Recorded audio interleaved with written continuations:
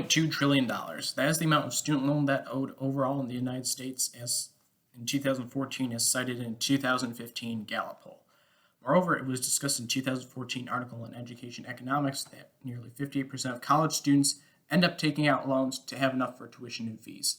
Hello everybody, my name is Jacob Nyheisel, here today to talk to you about the rising price of college tuition, deterring students, and ultimately not fulfilling higher education's mission. Now, by the end of this speech, you should know the parties involved in setting college tuition prices. With many Americans believing that earning a college degree is an essential step for a good career, the current college tuition prices and their increases set by three parties have a desirability and attainability conflict.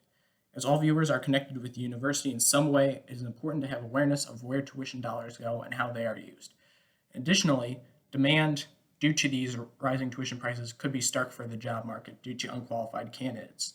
Now, there are three parties that I've been talking about: the government, the colleges themselves, and the consumers. With that being said, the highest level where prices can rise is actually at the government level, where those funds are of primary importance to colleges. Depending on the funds the government is willing to give a higher education institution, more students may have to turn to aspects such as student loans, and that's one method to pay back debt. However, it's very debilitating at the end. And put forth in an article by in Education Economics from 2014, Americans are very averted to debt and are concerned about it due to the interest rates, tuition price rising, and the default potential. And this was also mentioned in the Kansas City Fed because of the borrow maxes increasing and seeing a trend in tuition prices rising. And colleges also have largely depended on government funds for keeping tuition low.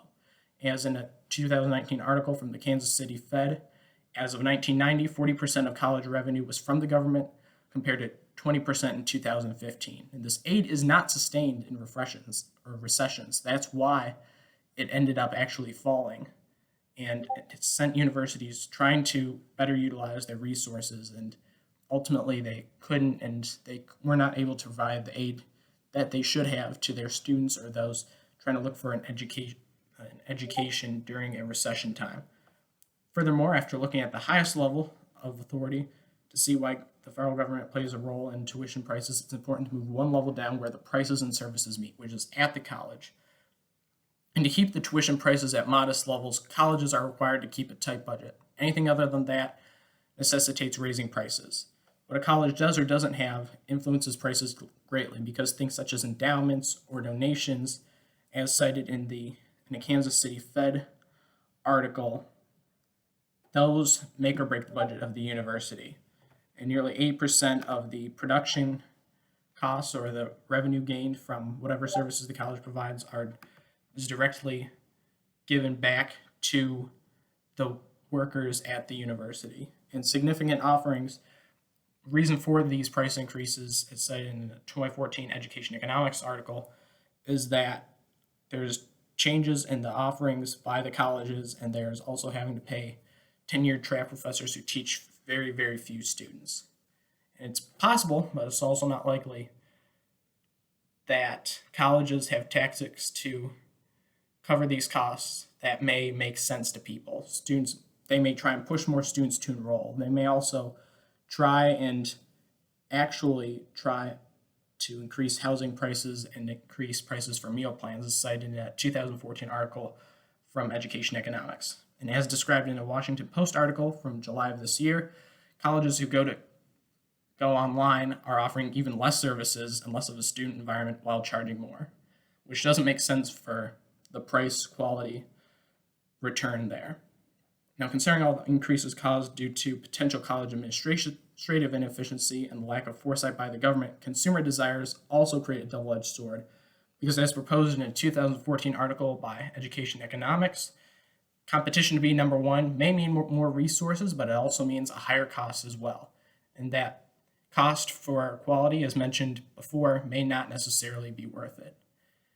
And ultimately, some families end up paying that. And as in a Washington Post article from July 2020, students would depend a lot on college resources, and those who depend on them a lot would ultimately suffer, even those who were very well off. Well, likewise, the mentality of the student may be to blame for as well as the aspect that the college degree has become potentially obsolete.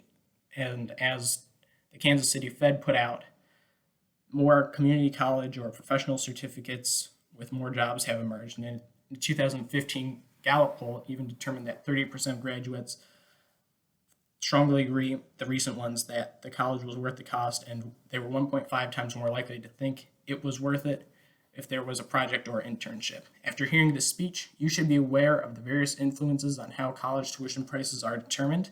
This is at the government, college, and consumer level. And in a country that believes earning a college degree is essential for a good career, successive tuition prices increase adversely the affordability and producing negative implications on education and the job market overall. $1.2 trillion is a large number that will only continue to grow given the current state of higher education